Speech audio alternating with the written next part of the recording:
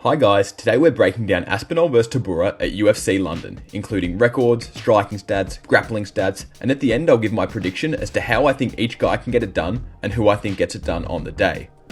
In the UFC, Aspinall is 5 wins and 1 loss, although the 1 loss was an injury and doesn't really count, whereas Tybura is 11-6 in the UFC, so it's evident that Aspinall has a far higher win-loss ratio than Tybura.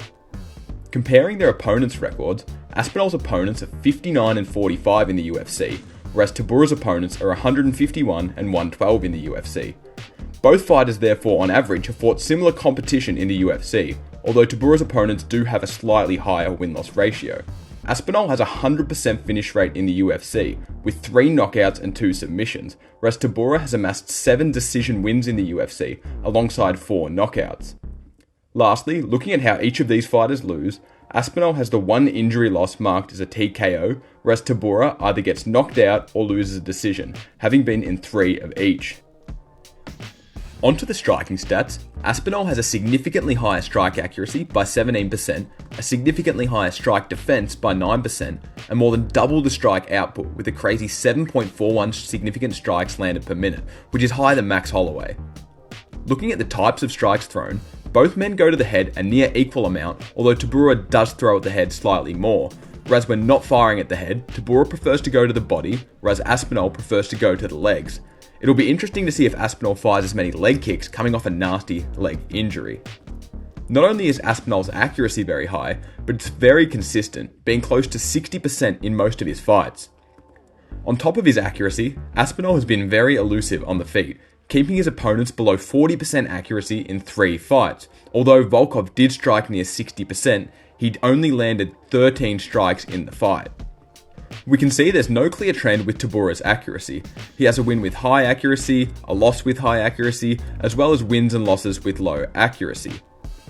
We can see that since the Sakai fight, he has been less accurate, although very consistent, and it must be working, being 7-1 in his past 8 fights. Tybura has struggled against accurate strikers, with a coin flip record of 5 wins and 4 losses when his opponents strike above 50%. This is concerning considering Aspinall strikes at an enormous 65%. Aspinall is lethal when landing a takedown, having a 100% knockout rate in the 2 fights that he landed a knockdown in. He also has 1 knockout after landing a takedown without getting a knockdown before that. Aspinall also has never been knocked down, and his 1 knockout loss was a knee injury versus Curtis Blades. Tybura has only landed 1 knockdown in 17 UFC fights, and therefore doesn't pose a huge threat on the feet. However, he has landed 3 knockouts on the ground from 3 different positions, so if he gets you down, he'll try finish you from anywhere. Tybura has a 100% knockout loss rate when he gets knocked down, and therefore he can't afford to get caught on the feet. Although he hasn't been knocked out in 8 straight fights, which at heavyweight is very impressive, so don't sleep on his chin. Looking at strike differential, Aspinall has outstriked his opponents in all fights, and has put up huge differentials early, with all of his finishes coming in the first or second round. Tybura has won the strike battle 64.7% of the time, and is 1-4 when outstruck.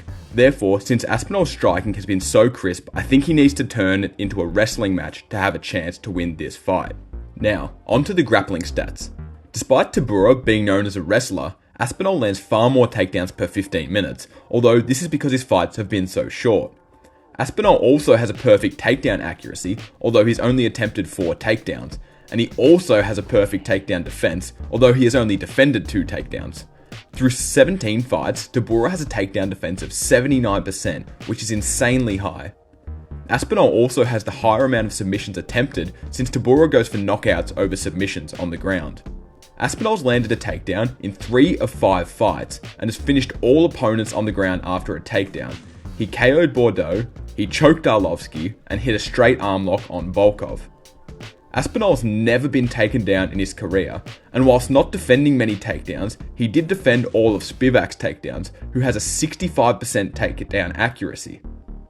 Tybura has flourished when landing takedowns, with a 9-3 record with a takedown landed, and something funny to note is he went full Merab-Dvalishvili vs Volkov, attempting 16 takedowns. Looking at his takedown defense, Tybura has only been taken down once in his past 11 fights, which may explain his 7-1 record recently. Looking at control time, Aspinall has a crazy high control time for short duration of his fights, which you can also see added on the plot here. Aspinall has also never been controlled in his career, with 1 second of control conceded versus Curtis Blaydes. Tybura nearly always wins when having significant control, winning 7 of 8 fights when having 150 seconds of control time or more. Furthermore, he averages 218 seconds of control per fight. Looking at Tybura's opponents, they controlled him early in his career, however he has only been controlled significantly twice in his past 11 fights. To summarise the key points of this fight, Aspinall has an average strike accuracy of 65% with high consistency, whereas Tybura is 5-4 in the UFC when his opponents strike at 50%, so Tybura could be in trouble on the feet. Aspinall's finished 3 of 5 wins on the ground, whereas Tybura has a 79% takedown defense, so it's likely that if Aspinall wants to finish Tybura, he'll need to do it on the feet. And lastly, whilst Aspinall has never been taken down, he has only defended 2 attempts, whereas Tybura is 9-3 wins to losses with a takedown landed, averaging 218 seconds of control per fight, so Tybura will really test Aspinall's takedown defense. Therefore, my prediction of how each guy gets it done. Aspinall defends Tybura's early takedown attempts and keeps the fight on the feet. On the feet, his striking accuracy will just be too much and he lands a round 1 knockout. However, if Tybura can engage in a clinch and wrestle early, he'll put Aspinall's cardio and takedown defense to the test. And if he can get Aspinall to the ground, he can land a TKO since he's landed 3 knockouts on the ground in his career. If I was picking a winner, I would have to go with Aspinall. The way he's just ran through the lower ranks of the division, and the fact that he already had a training camp to deal with the wrestling of Curtis Blaydes, I think he gets it done if he's the same fighter he was pre-injury. That's the end of this video, guys. I just thought I'd let you know I started a Patreon for the channel. There's no premium content as of yet, but if you want to support the channel, there's a monthly subscription, so jump on that if you feel like it. If not, I don't care. Watch the videos, they're fun. And as always, if you enjoyed the video, like, comment, subscribe, and enjoy the fights this weekend.